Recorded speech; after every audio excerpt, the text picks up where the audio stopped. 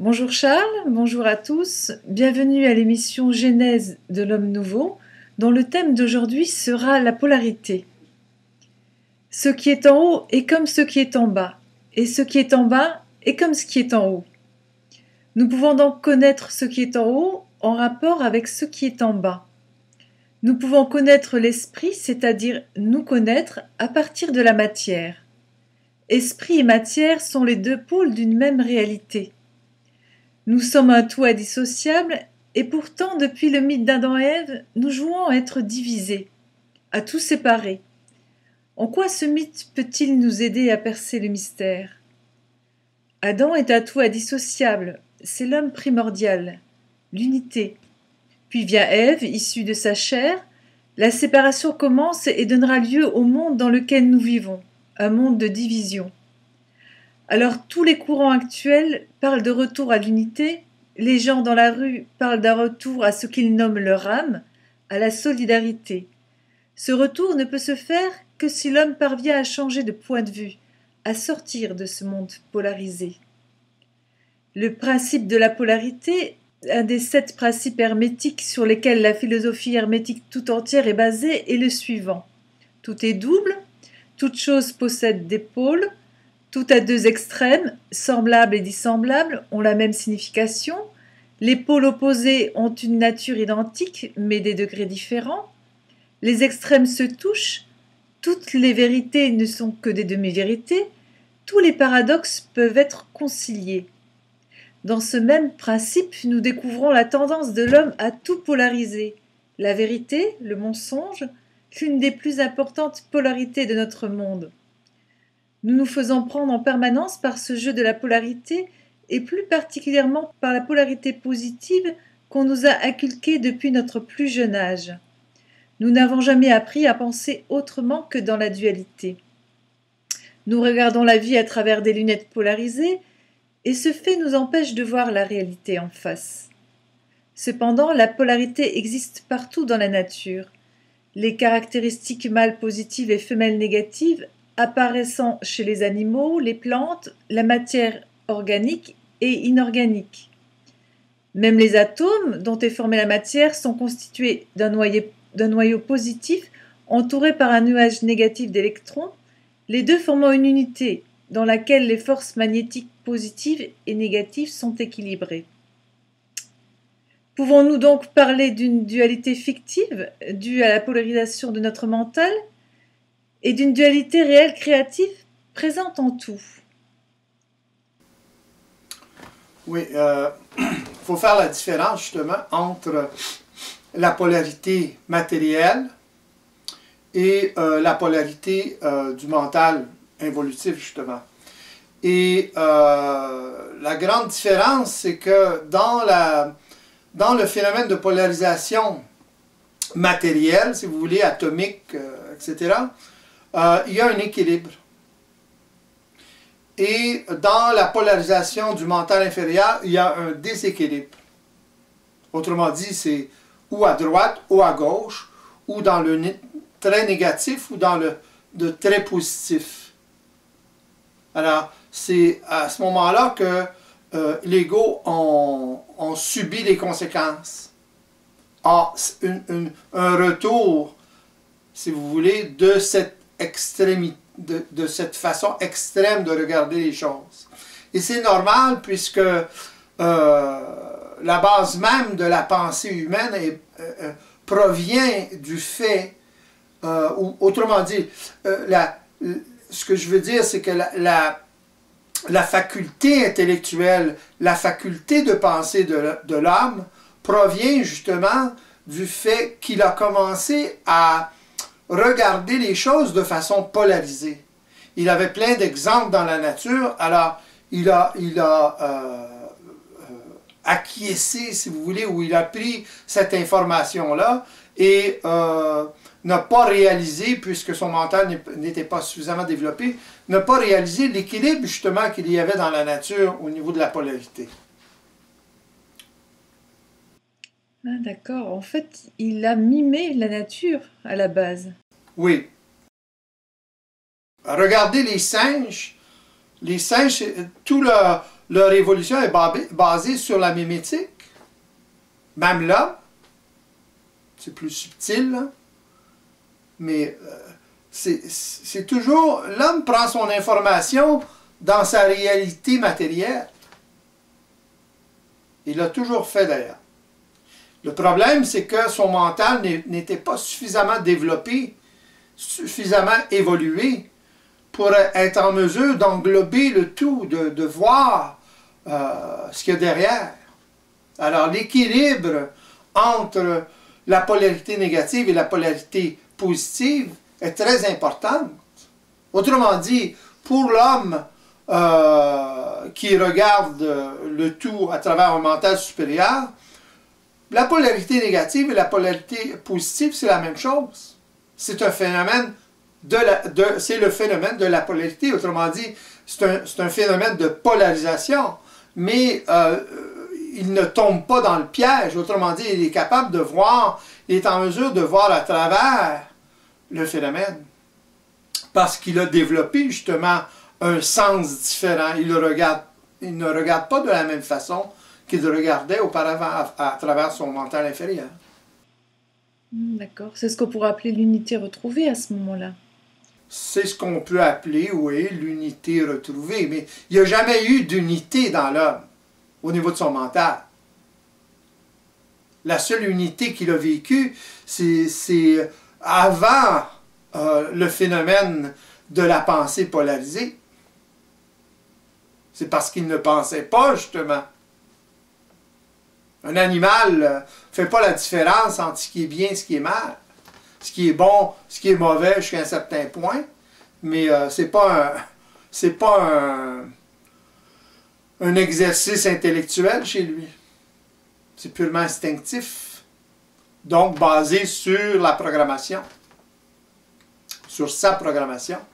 L'animal est programmé d'une certaine façon. Ses instincts, ce sont des programmes, justement. Donc finalement, l'homme aussi a à se reprogrammer d'une manière totalement nouvelle. L'homme a à se reprogrammer, si vous voulez, ou à se programmer, parce qu'on ne se reprogramme pas comme tel, mais a à se programmer à partir d'un mental qui est dépolarisé, autrement dit, à partir d'un mental supérieur qui est en mesure d'observer la réalité telle qu'elle est. Aujourd'hui, l'être humain a cette capacité potentielle-là. Tout être humain a cette capacité. Alors, qu'est-ce qui fait qu'il ne passe pas à l'acte?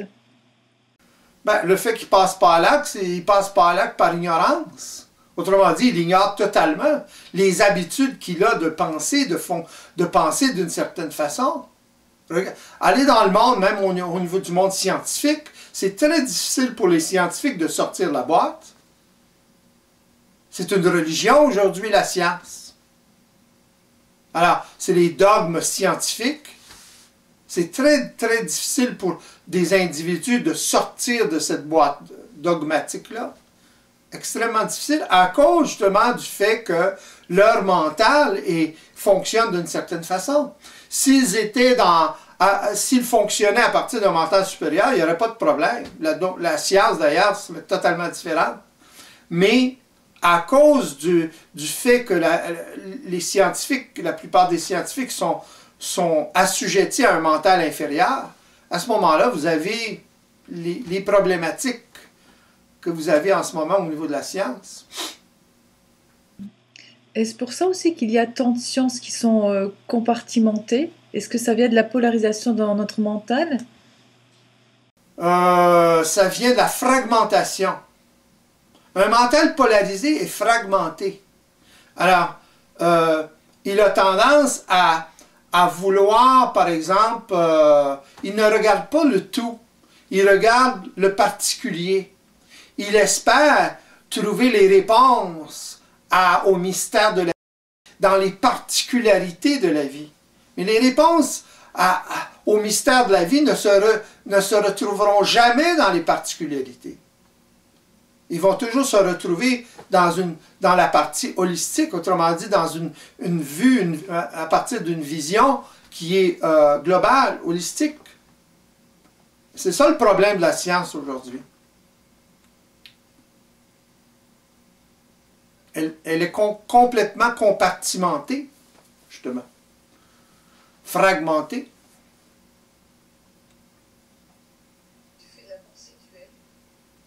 Du fait de la pensée polarisée, du fait, non seulement de la pensée polarisée, mais du fait de l'assujettissement de l'ego à une conscience involutive, dont la polarité fait partie. Alors à l'heure actuelle, on parle beaucoup de retour à l'unité, on parle beaucoup de sortir de la dualité, notamment tous les courants spirituels. Et qu'est-ce qu'il en est réellement de tous ces courants? Il parle de transformation aussi possible de nos états mentaux, en travaillant sur la vibration, sur l'élévation de nos vibrations. Encore là, c'est une approche fragmentée. On ne peut pas se dépolariser parce qu'on veut se dépolariser. Toutes les habitudes que l'homme a sont polarisées, justement. Il y a le phénomène de la polarité à l'intérieur. Alors, quand bien même que l'homme voudrait se dépolariser par attitude psychologique, c'est très difficile pour lui de le faire. Il regarde ça, il regarde le tout d'une façon fragmentée, particulière. Ça ne peut pas fonctionner. Ça va revenir tout le temps. Il va toujours avoir des problèmes là-dedans. C'est une bonne intention, c'est une intention qui est intuitive, si vous voulez, qui part de certaines intuitions sur la réalité, mais qui n'est pas ajustée à la réalité. C'est ça le problème d'ailleurs de la spiritualité et de l'ésotérisme. Oui, parce qu'en fait, ils pensent détenir les clés. Toute la philosophie hermétique, par exemple, donne tout un tas de connaissances qui, soi-disant, nous permettraient d'être maîtres de nous-mêmes, de varier, par exemple, nos états mentaux à volonté en jouant justement sur l'échelle du principe de la polarité. Oui, mais c'est toujours une approche psychologique.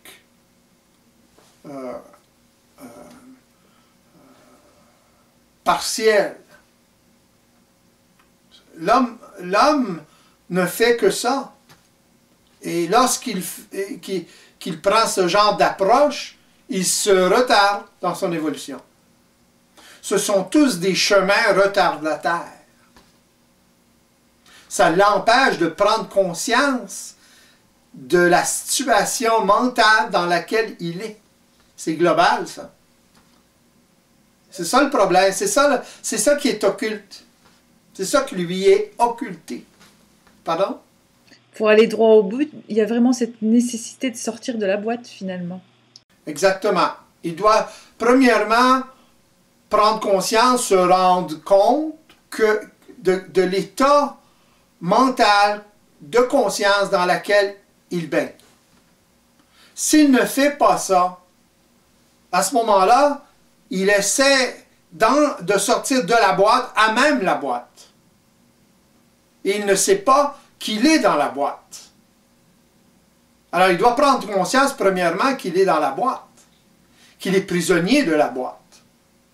S'il ne réalise pas qu'il est prisonnier de la boîte, c'est très difficile pour lui de se sortir de la boîte. Il n'a pas de perspective globale de ce qui se passe. C'est ça le problème humain. Et est-ce qu'une fois qu'il est sorti de la boîte, est-ce que sa pensée devient plus juste, plus cohérente, tout en sachant qu'il reste désinformé, mais est-ce que c'est quand même une justesse qui s'installe dans sa façon de penser? Exactement. Ce qui se passe lorsqu'il commence à sortir de la boîte, contrairement à ce qu'il pense quand il est dans la boîte, c'est que l'information qu'il va chercher sur la réalité devient plus... il peut l'investiguer, il peut la regarder scientifiquement. Autrement dit, il ne dépend pas seulement sur le virtuel de sa pensée ou de son mental. Il peut regarder, il peut observer dans la matière des comportements, etc., etc. Et son discernement s'ajuste au fur et à mesure qu'il vit l'expérience. Ce n'est pas une expérience totale au tout début, parce qu'il n'a pas d'expérience d'être sorti de la boîte. Mais une fois qu'il sort de la boîte, qu'il commence à sortir de la boîte, à ce moment-là, il se passe ce phénomène d'ajustement, si vous voulez, et la base même, ce qui va le sortir de la boîte, ce qui va lui permettre de sortir de la boîte, c'est sa réalisation qu'il est parfaitement désinformé dans la boîte, lorsqu'il est dans la boîte. C'est seulement quand il va sortir de la boîte qu'il va commencer à avoir le discernement pour faire la différence, pour voir la désinformation, pour savoir qu'il est continuellement désinformé. Ça semble paradoxal, mais c'est comme ça. C'est comme ça que l'ego commence, que l'homme commence à développer le discernement qui va construire son mental supérieur. Il ne peut pas commencer à construire un mental supérieur dépolarisé, justement, tant qu'il n'a pas réalisé de façon absolue qu'il est parfaitement désinformé.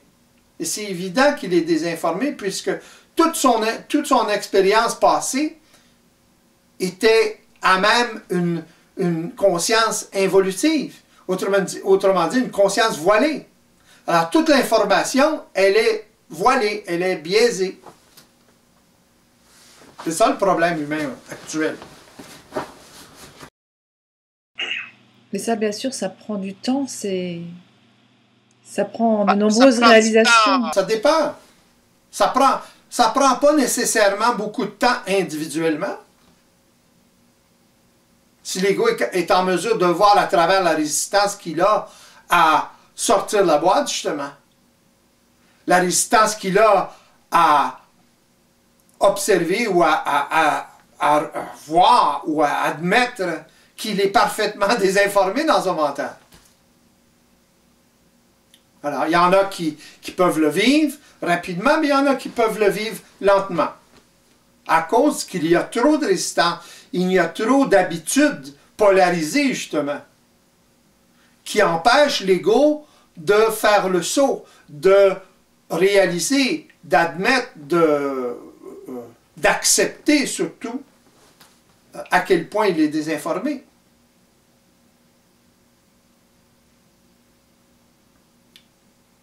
Il a absolument besoin de se sentir intelligent. C'est ça le problème. Il y a toujours ce problème de valorisation qui d'ailleurs nous a été inculqué dès notre plus jeune âge. Exactement, oui. Alors, la valeur humaine, c'est l'intelligence. Alors, c'est très difficile pour l'être humain de mettre ça de côté. Il ne s'agit pas de mettre ça de côté comme il le pense. Il s'agit d'utiliser les facultés qui ont été créées par le phénomène involutif, par tout cet apprentissage, si vous voulez. Mais ce ne sont que des facultés. Si l'ego tient mordicus à l'information qu'il a accumulée ou que l'homme a accumulée depuis Adam, à ce moment-là, il ne peut pas s'en sortir. Oui, l'homme nouveau a vraiment à tout redécouvrir. Exactement. Il y a tout à réinvestiguer à partir d'un mental supérieur, à partir d'un mental qui est de plus en plus dépolarisé. Beaucoup plus neutre, beaucoup plus scientifique, beaucoup plus objectif, etc. C'est évident. Mais ça, c'est des résultats. Il ne s'agit pas d'être objectif pour avoir accès. Voyez-vous? Dans le sens qu'il y a des gens, ah, il faut être objectif, il ne faut pas être subjectif, ça c'est évident. Mais à même une conscience évolutive, quand même vous vous dites ça, ça ne changera pas grand-chose. C'est ça le problème. Mais l'homme, c'est tout le temps de changer les choses comme ça. Alors, ça peut changer pour une minute, une heure, une journée, mais à long terme, ça ne change rien. Chasser le naturel, il revient au galop.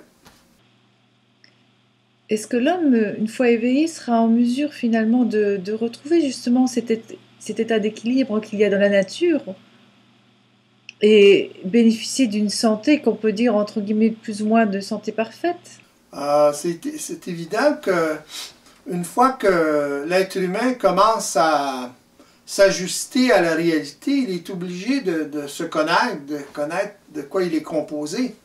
Alors, automatiquement, il va explorer, il va connaître, il va réaliser que la base de presque toutes ces maladies, c'est une base psychique dans le sens que ça provient de sa programmation, autrement dit de ses réactions émotives ou de ses réactions vibratoires à ce qui se passe dans sa vie, tous les événements qui se passent dans sa vie. Alors,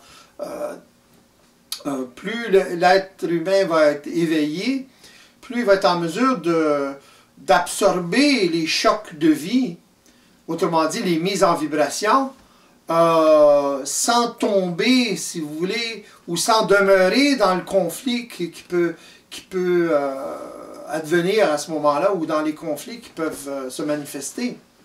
Il va résoudre ces conflits-là relativement facilement, parce qu'il va être en mesure d'observer avec un nouveau sens, un sens multidimensionnel. C'est ça d'ailleurs la base même de l'homme nouveau, la qualité même de l'homme nouveau, c'est sa capacité d'observation supérieure, différente, multidimensionnelle. Alors ça va faire toute la différence au niveau de sa santé, c'est évident. Est-ce que ça pourrait aller jusqu'à dire que la maladie finira par disparaître? Probablement pas, mais il ne faut pas aller aux extrêmes non plus. Là. On parle de la polarité négative, le noir, bon, on s'en va au blanc. C'est pas que la maladie va disparaître. Il va toujours avoir des individus qui sont moins évolués que d'autres. Voyez-vous? Et même une personne très évoluée peut vivre une maladie, mais il va être en mesure de s'en sortir, autrement dit, de remédier à cette maladie-là de façon beaucoup plus facile que l'homme involutif, si vous voulez. Alors, c'est pas noir ou blanc. Faire attention à ça. C'est des nuances. Il faut le regarder au niveau de sa réalité. C'est pas que, par exemple, que l'homme nouveau n'aura pas de problème.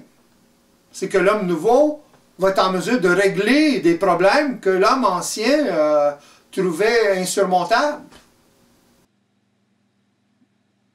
La médecine va être totalement nouvelle aussi, et peut-être... Totalement différente. L'approche va être totalement différente. Il va y avoir encore des connaissances, si vous voulez, la médecine traditionnelle. Mais ces connaissances-là vont être beaucoup plus élaborées, beaucoup plus nuancées, etc. Ça va aller plus loin. Il va y avoir un rapport, justement, avec le psychisme humain. Ce que la médecine actuelle ne fait pas tellement. Là. Très rare les médecins qui font un lien avec le psychisme ou les émotions, justement, humaines, face à la maladie. Et la plupart des maladies sont créées par les émotions humaines. Alors, qu'est-ce que c'est des émotions? C'est des amplifications. Ce sont des conflits que l'ego ne peut pas régler. Alors, à ce moment-là, il les amplifie. Il les maintient, ces conflits-là. Donc, il est constamment en train d'activer les programmes qui créent ces conflits-là. C'est ça le problème de la maladie aujourd'hui. Il y a des problèmes causés par la pollution, mais la pollution causé justement par le déséquilibre psychique de l'être humain. Alors, c'est toujours relié au psychisme, d'une façon ou d'une autre. Oui, justement, quel est le lien entre nous et notre environnement? La projection qu'on peut réaliser sur notre environnement? Et de quel ordre? Je ne comprends pas votre question. Souvent, on dit que notre environnement, finalement, est la résultante justement de notre psychisme. Donc, quel est le lien? Est-ce que réellement notre environnement et tout ce qui s'y passe, c'est le reflet de ce qui se passe dans notre psychisme, finalement? Exactement. C'est la résultante de ce qui se passe dans le psychisme humain. Autrement dit, plus il y a de stress, plus il y a de guerre, plus il y a d'incompatibilité, moins il y a de communication, etc. Entre humains, là. Je ne parle pas de la communication Internet, etc., qui facilite justement la communication entre humains, mais ça peut créer des problèmes encore plus complexes entre humains, justement. Alors, il y a toujours deux facettes. Alors, si ces facettes-là sont vécues par des êtres humains qui sont qui a même une conscience, qui ont une conscience évolutive, à ce moment-là, ben, ça peut créer des conflits. Ça peut créer plus de sectarisme à tous les niveaux. Ça peut polariser encore plus l'être humain. Alors, dépendant justement de sa conscience, de sa capacité de conscience, ou de sa capacité de sortir de la boîte. Alors, des outils comme l'Internet doivent permettre à l'être humain de sortir de la boîte, pas le maintenir à l'intérieur. Mais il peut être maintenu à l'intérieur encore plus à travers la désinformation qu'il y a sur l'Internet, justement. Alors, les personnes qui écrivent ou qui montrent cette désinformation-là, ou qui la partagent, qui la communiquent, ne savent pas que c'est de la désinformation. Alors, eux-mêmes sont désinformés. À ce moment-là, ils le mettent sur l'Internet. L'Internet, c'est un peu comme une grande un cerveau, si vous voulez. Alors, le cerveau, il peut se polluer encore plus et affecter le cerveau humain, ou le psychisme humain plutôt. Oui. Quand on voit surtout que la majorité des hommes fonctionnent en conditions évolutives, on peut imaginer ce que ça peut donner comme dégâts. Exactement. Alors, c'est ça là, qui s'en vient, là, de plus en plus. Alors, l'être humain va être face à sa réalité, ou à la réalité, finalement. Il va être obligé de se poser des questions, remettre en question. Parce que ça va aller trop loin. Sa folie va aller trop loin. Tant que l'ego se parle tout seul dans sa maison, ça va. Quand il commence à parler sur la rue, par lui-même, ça ne va plus, là. Là, il y a des réactions. Mais il a vraiment besoin de changer totalement de système. Mais comment changer de système s'il ne change pas sa conscience? Il faut qu'il change sa conscience en premier lieu, justement. Autrement dit, il faut qu'il commence à dépolariser son mental, il faut qu'il commence à réaliser certaines choses. À réaliser qu'il est désinformé, justement. À quel point il est désinformé, etc. C'est ça la réalisation primordiale. Sans ces réalisations-là, l'homme ne peut rien changer, ça va empirer à la place. Même s'il pense qu'il est en train de changer quelque chose, ça va empirer. Ça va se polariser encore plus. Regardez les gens spirituels, à quel point ils sont polarisés dans leur mental. À quel point, si vous ne partagez pas leur opinion, vous êtes rejeté très facilement. Alors, c'est très polarisé. C'est blanc contre le noir. C'est pas une affaire de blanc ou de noir. C'est une affaire de voir au-delà de ça. Oui, puis les gens spirituels sont surtout polarisés du côté positif. C'est évident. Mais finalement, Comme il y en a qui sont polarisés du côté négatif. c'est ce qu'on nous inculque finalement depuis notre plus jeune âge, la polarité positive. On nous apprend à faire le bien, il y a toute la mémoire qui est derrière. Oui, Aussi qui nous pousse à faire le bien, qui nous pousse... C'est pas de ne pas faire le bien ou de faire le bien. C'est une question d'approche polarisée, inférieure, qui provient d'un mental inférieur. Qu'est-ce que l'enfant apprend le premier, au niveau de la polarité, là, quand il parle, quand il commence à parler, c'est quoi le mot, le premier mot qu'un enfant dit? Oui ou non? C'est ça. C'est pas oui, ça, c'est non.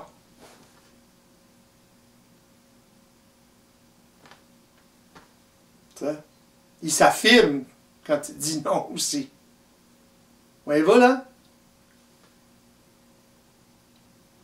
C'est très créatif, le nom de l'enfant. Parce qu'il s'affirme.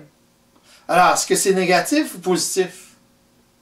C'est à la fois négatif et positif. Voyez-vous là? Ça dépend comment on le regarde. C'est très important pour un enfant de dire non. C'est là qu'il commence à construire son identité.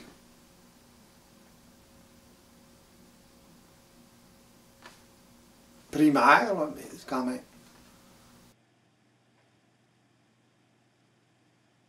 Tout notre langage, finalement, est basé sur la polarité.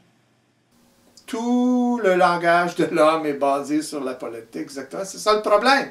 Alors, comment l'homme, ça c'est intéressant, comment l'homme se maintient dans une pensée ou une conscience polarisée? À travers sa parole. Comment il parle, son vocabulaire, comment il utilise son vocabulaire.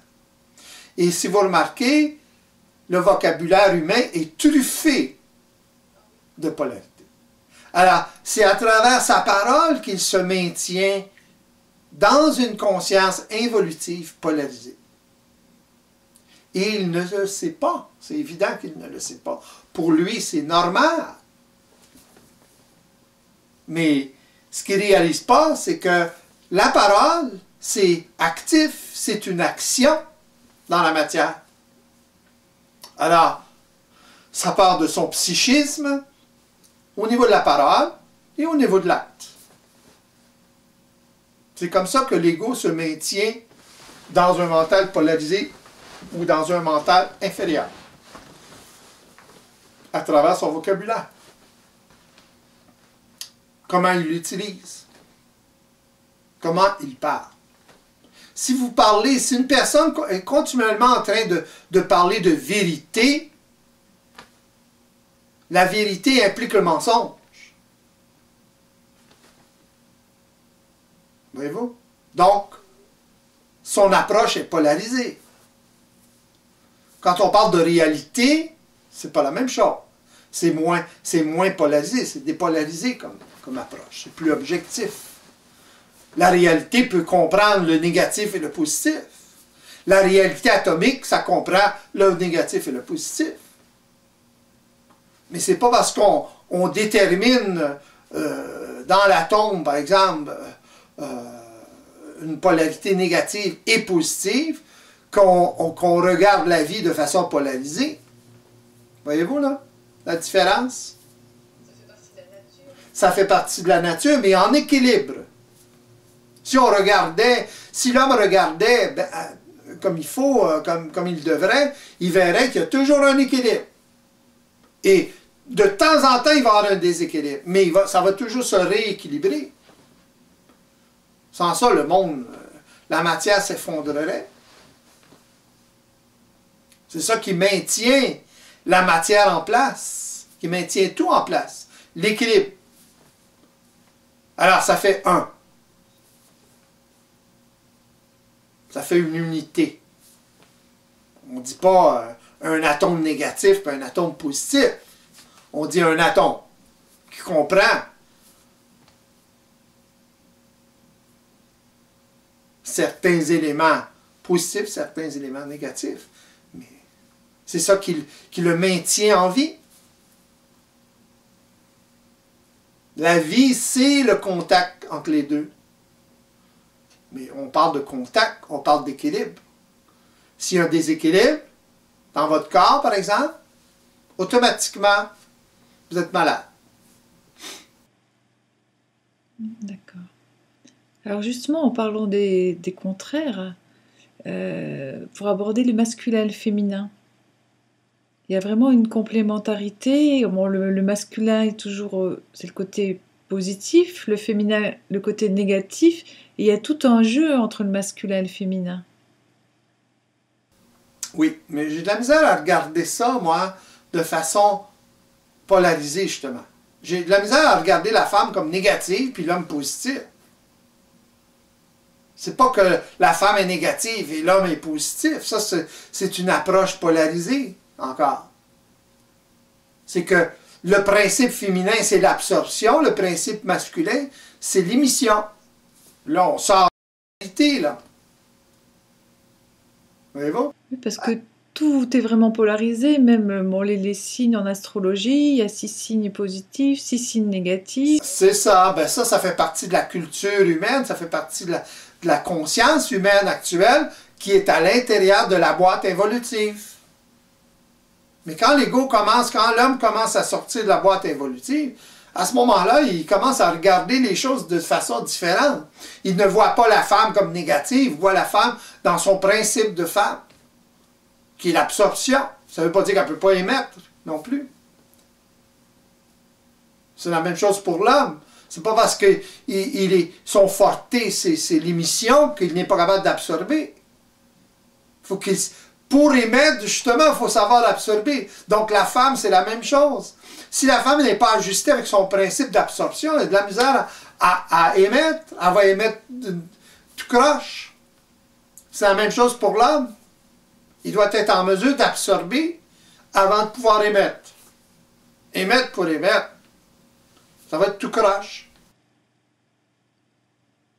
Oui, on peut voir donc à quel point tous nos comportements finalement sont calqués sur la polarisation, sur ces principes du masculin-féminin polarisés. Oui. Et le lourd héritage qui fait que qu'on peut observer tous ces comportements dans la société encore d'aujourd'hui. Et toujours cette lutte entre l'homme et la femme. C'est ça. La femme est négative, l'homme est positif. Voyez-vous le préjudice, là? En fonction de la conscience humaine actuelle polarisée. Voyez-vous, là? Puis l'être humain se demande, ou les femmes se demandent pourquoi ça a toujours été comme ça. Comment se fait que ça s'est toujours maintenu comme ça? C'est évident. Si la société regarde la femme comme étant négative, comment voulez-vous qu'elle ait une opinion favorable? Voyez-vous, regardez dans certaines sociétés aujourd'hui, comment la femme, elle est supprimée.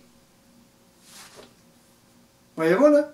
À cause de cette façon de voir-là. Pourtant, de plus en plus, au niveau du monde notamment spirituel, on voit plutôt la femme en tant que créatrice, en tant que puissance créatrice. Oui, mais... Justement, qui porterait l'homme. Pardon? En contact avec son intuition, qui porterait l'homme. Qui porterait l'homme? Supporterait ou porterait? Qui se porterait, c'est plus juste. Supporterait. Mais, l'intuition, c'est bien, mais c'est c'est vécu à partir d'une approche évolutive. L'intuition, c'est pas suffisant. Vous pouvez intuiter tant que vous voulez. Si vous interprétez votre intuition de façon polarisée, vous avez un problème. De l'intuition, c'est l'interprétation psychologique polarisée de la réalité. C'est ça l'intuition. Une personne qui est ajustée, qui est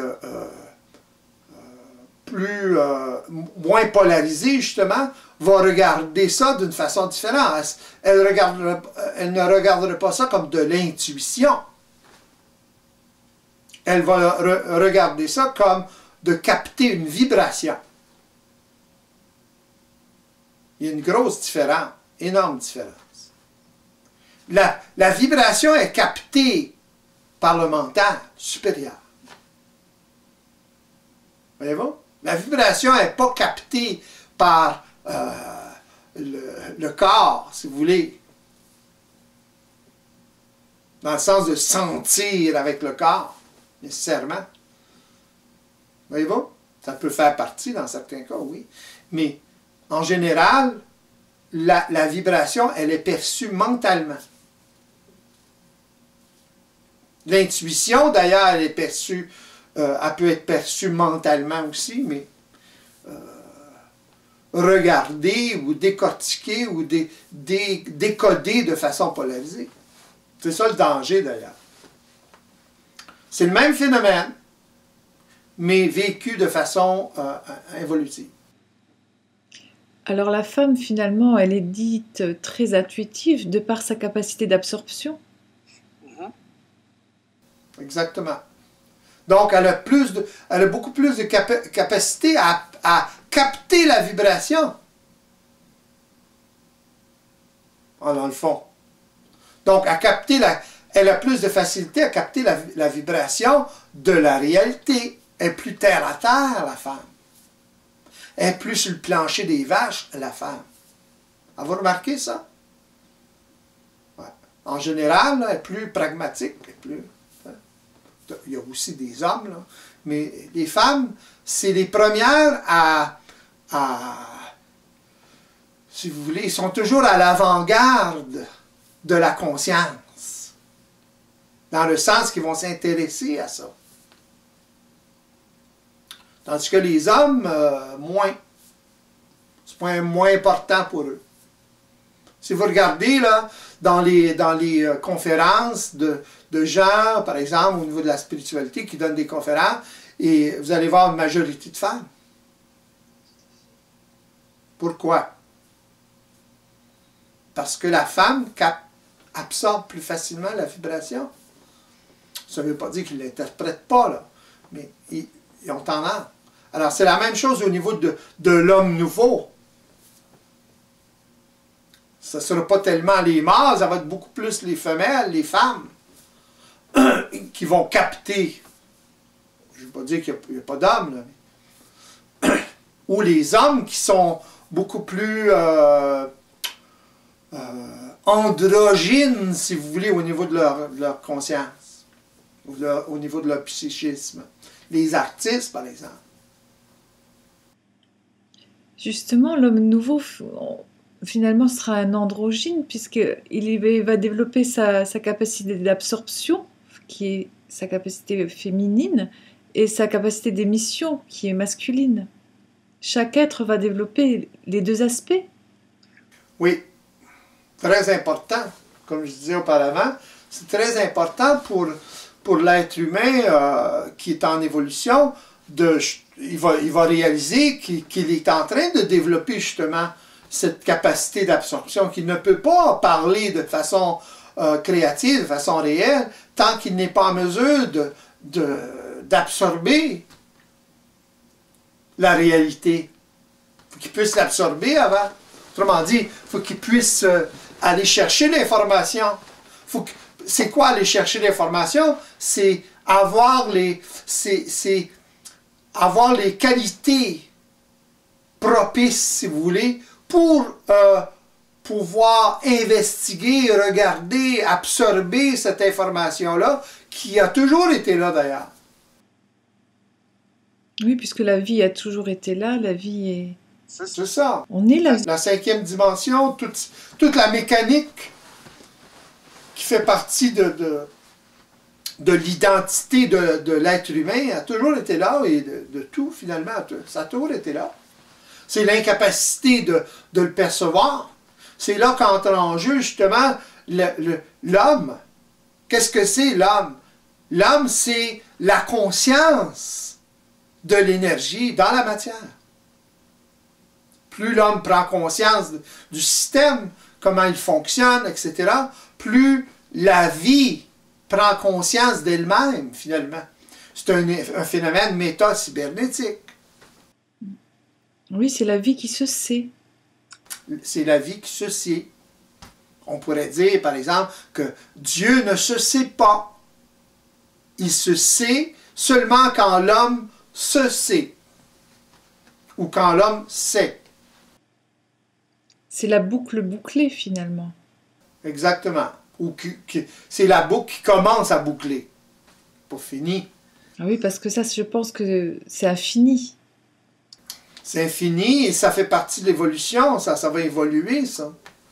La vie de l'homme nouveau, la vie à partir d'une conscience nouvelle, va être totalement différente. Beaucoup plus créative, beaucoup plus facile jusqu'à un certain point. Il va faciliter sa vie. Autrement dit, pour avoir la paix, commencer à avoir la paix dans la vie. C'est pour ça qu'il va être en mesure de faire des choses qu'il ne pourrait pas faire sans ça. À cause justement de sa conscience polarisée. La conscience polarisée amène toujours une opinion fermée. Toujours. Tandis que l'homme nouveau, il n'y a pas d'opinion fermée, il est continuellement en recherche et en développement. Alors, il peut adopter une forme aujourd'hui, changer, raffiner cette forme-là demain. Ce n'est pas la forme qui est importante pour lui.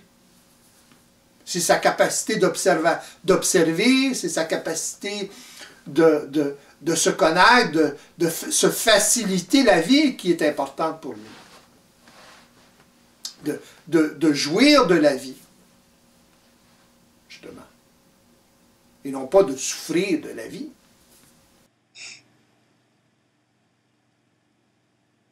C'est justement cette ouverture au réel qui va le propulser.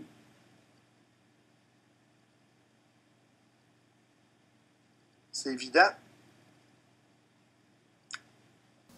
Mais il ne sait pas, l'homme évolutif ne sait pas dans quoi il va être propulsé, justement. C'est ça qui lui fait peur, d'ailleurs. Il est content il est content de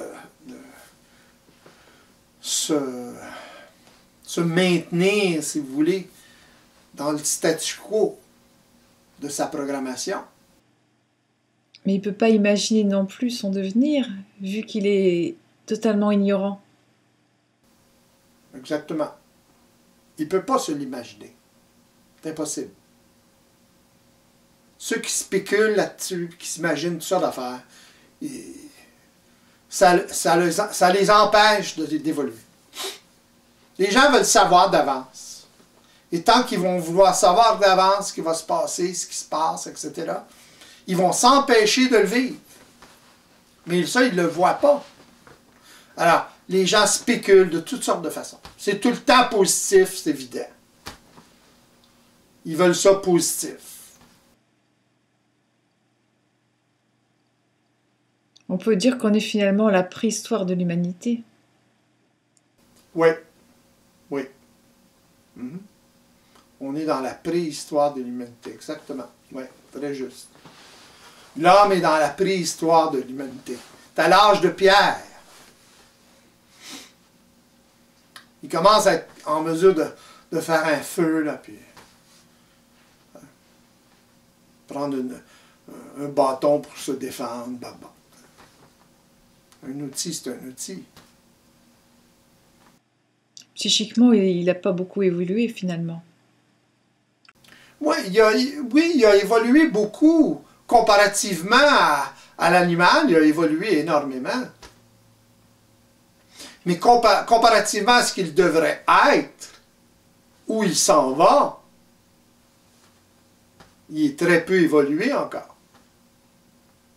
Autrement dit, l'expérience évolutive, ça a servi à construire ses capacités intellectuelles, etc.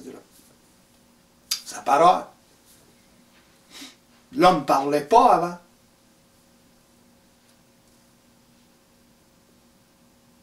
sa conscience, le développement de sa conscience à une conscience polarisée qui lui a permis de commencer à parler. Ça va ensemble. Anciennement, l'homme entendait des voix dans ses oreilles, dans son mental, si vous voulez.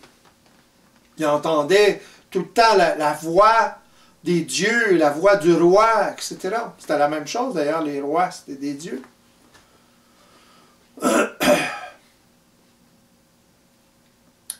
C'était une conscience bicamérale. L'homme est amené à retrouver toute sa puissance, voilà, à sortir de la puissance. Il va être amené à sortir de l'impuissance à travers le fait qu'il manifeste une certaine puissance. Et manifester une certaine puissance, c'est justement de finalement réaliser qu'il est totalement et absolument désinformé et cela lui permettra de sortir de la boîte. Et de construire son identité réelle.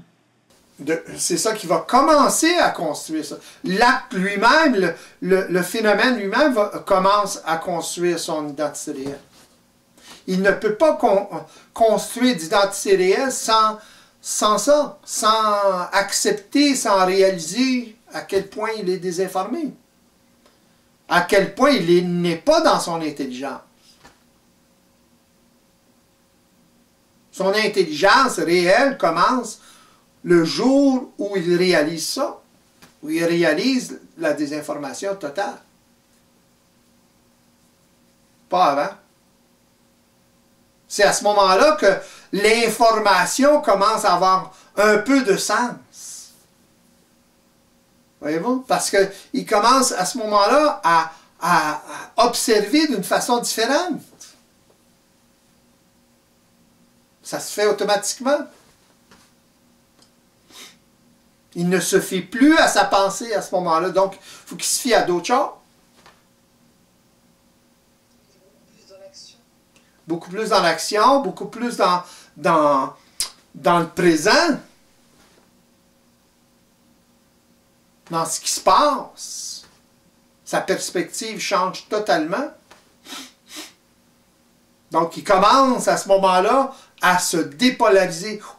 Il y a un processus de dépolarisation qui se fait automatiquement. C'est là qu'il va remarquer à quel point il polarisait, etc., à quel point les gens sont polarisés, etc. Il va voir tout ça. C'est le fait qu'il l'observe qui va permettre qu'il se dépolarise, que le processus de dépolarisation se fasse. C'est toujours à travers l'observation.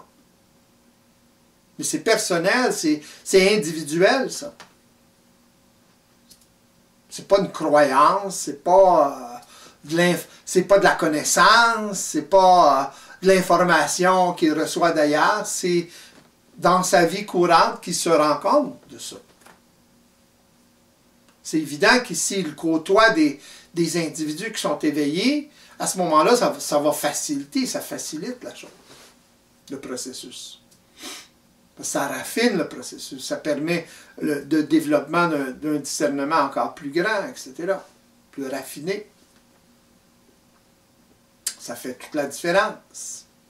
C'est pas tellement l'information, c'est la vibration provenant d'individus qui sont éveillés, autrement dit, qui ont déjà vécu cette expérience-là. Ça passe aussi par l'acceptation de tout abandonner.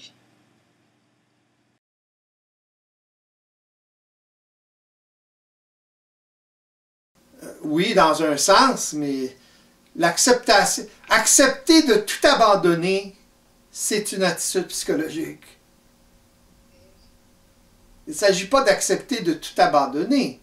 Il s'agit tout simplement de réaliser à quel point votre acquis, ce que vous avez acquis jusqu'à maintenant, où vous avez pris cet acquis-là, est justement pollué par une conscience inférieure. Donc, ça amène dans le mental humain de la désinformation ou de la pensée qui est que de la désinformation. Si l'ego se fie à ça, à ce moment-là, il se maintient sous l'égide, dans l'emprise involutive. C'est très subtil, c'est très occulte. Et à ce moment-là, ben, il emploie un langage en conséquence, donc il se maintient lui-même à travers son langage, à travers son vocabulaire, justement. Comment il utilise ça. S'il utilise un vocabulaire qui est polarisé, il va se maintenir dans un mental polarisé, c'est évident. Il ne s'agit pas pour lui de prendre l'attitude de parler de façon dépolarisée, ça peut aider, là, mais si c'est seulement une attitude, ça ne marche pas non plus. Il a vraiment à découvrir un fonctionnement totalement nouveau. Totalement différent, totalement nouveau. Il n'y a pas à se poser de questions. C'est très simple, dans le fond. Il y a seulement à réaliser que ce qu'il a vécu jusqu'à maintenant, ce que l'homme a vécu jusqu'à maintenant, toute la mémoire qui est accumulée, etc., elle est polarisée, elle est involutive, elle n'est pas ajustée à la réalité. Donc, l'information qu'il reçoit à son mental n'est pas kosher, n'est pas ajustée à la réalité. Donc, il ne peut plus se fier à ça. C'est très, comment je dirais ça, non?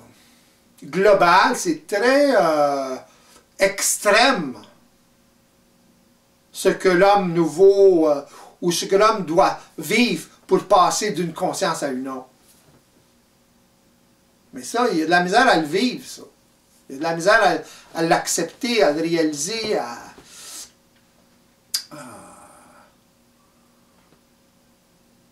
le vivre.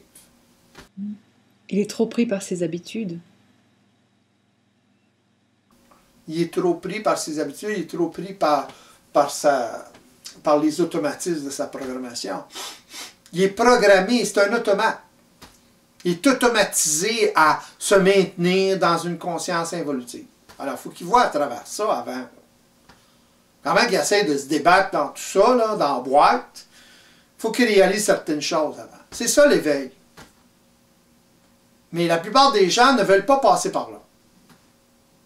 Ils veulent accumuler de la connaissance, etc., bababi, bababa, et ils ne savent pas que toute cette connaissance-là est biaisée parce qu'elle est filtrée par le psychisme involutif, si vous voulez, de cet individu-là. C'est ça le problème. Ils confondent connaissance et savoir. Non seulement ils confondent connaissance et savoir, mais ils n'ont aucune idée de ce qui se passe.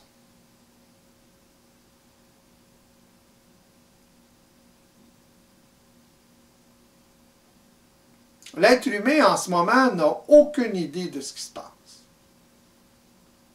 Aucune. Il faut vivre l'expérience pour réaliser ça. Voilà. Il y en a qui ont des affinités avec ça, dans le sens qu'ils intuitent ça, ils sont suffisamment évolués, mais ils n'ont pas encore vécu ça. Mais même à ça, même s'ils ont beaucoup d'affinités, ils ont des résistances. Même s'ils sont prêts à vivre ça, ils ont des résistances. Alors imaginez, quelqu'un qui n'est pas prêt.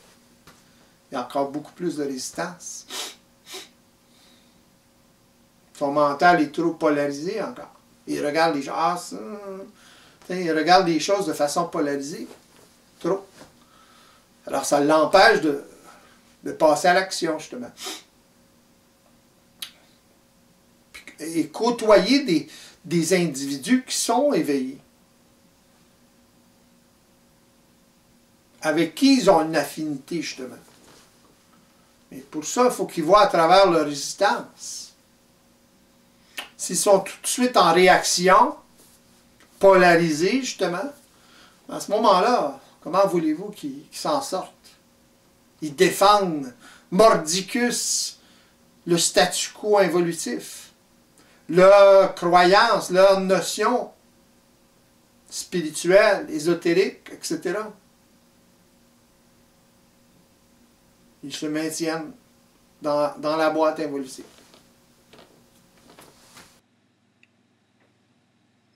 Est-ce que ça prend quand même un certain chemin? Parce que souvent, il y a beaucoup de gens spirituels qui en arrivent à être sur le chemin de l'éveil. Est-ce qu'une personne qui n'a jamais cheminé dans ce sens-là peut entendre une information telle que vous la donnez? Mhm. Oui, c'est évident. Même, elle peut avoir encore moins de résistance. Quelqu'un qui a cheminé au niveau spirituel, il en a entendu de toutes les sauces, de toutes les sortes. Voyez-vous? Et quelquefois, ça se ressemble.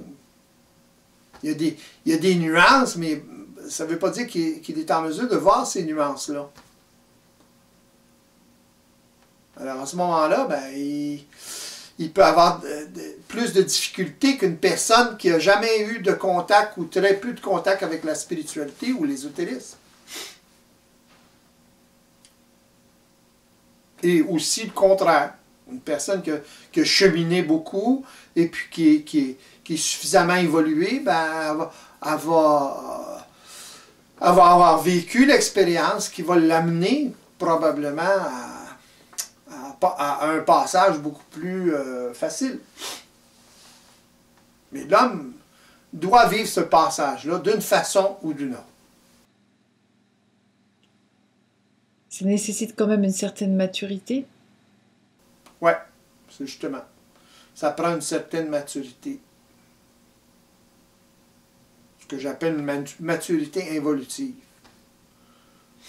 Il y a suffisamment d'expérience, la personne est suffisamment évoluée. Et quand elle rentre en contact avec cette réalité-là à travers un autre individu, ou whatever, à ce moment-là, c'est plus facile pour elle. Au cours de cette émission, nous avons vu à quel point l'homme involutif a du mal à appréhender la réalité de façon directe, que son impuissance n'est en fait que le fruit de son ignorance, qu'il trouvera la paix d'esprit que lorsqu'il aura trouvé l'équilibre en lui-même, lorsque son mental sera enfin dépolarisé. Ce processus de dépolarisation aura éventuellement comme résultante le développement d'un nouveau sens multidimensionnel qui lui permettra d'appréhender sa réalité dans sa globalité. C'est alors qu'il prendra conscience de qui il est, cessera de continuellement s'annihiler pour entrer dans le monde du savoir. Il deviendra alors plus créatif et constructif au lieu d'être destructif. Nous avons vu à ce sujet à quel point l'usage de sa parole créative était important et surtout réaliser qu'en fait, c'est lui le maître du jeu. C'est lui qui, par sa parole, par l'attachement à ce qu'il pense, se maintient dans un mode de conscience où sa vision de la réalité demeure prisonnière d'un mental inférieur polarisé, fragmentaire, qui donne naissance à un monde en constante division. Quand réaliserons-nous les effets destructifs de notre mental polarisé? Nous faut-il attendre que le monde s'écroule? Avons-nous réellement conscience des dégâts que nous causons par cette ignorance? Il nous a été dit dans cette émission que l'homme était prêt pour le passage à une nouvelle conscience. Les événements qui se produisent dans la société nous montrent à quel point la conscience dans laquelle vit l'homme actuel est désuète et périmée. L'heure de l'éveil est arrivée. Qu'attendons-nous pour nous réanimer et œuvrer pour un monde réellement nouveau? Lors d'une prochaine émission, nous verrons que nous pouvons construire un monde nouveau basé sur la réalisation de qui nous sommes réellement. Nous évoquerons le rôle que chacun peut jouer dans la création de ce nouvel homme et nous parlerons de ce qui bloque et empêche l'homme involutif de le réaliser. Nous tenterons de cerner le sujet de l'intemporalité et nous verrons que tout est possible pour une conscience transpersonnelle. L'essentiel est qu'elle se dirige toujours vers un seul but, celui de se connaître dans son essence, dans les aspects les plus profonds d'elle-même. Merci pour votre attention et à bientôt.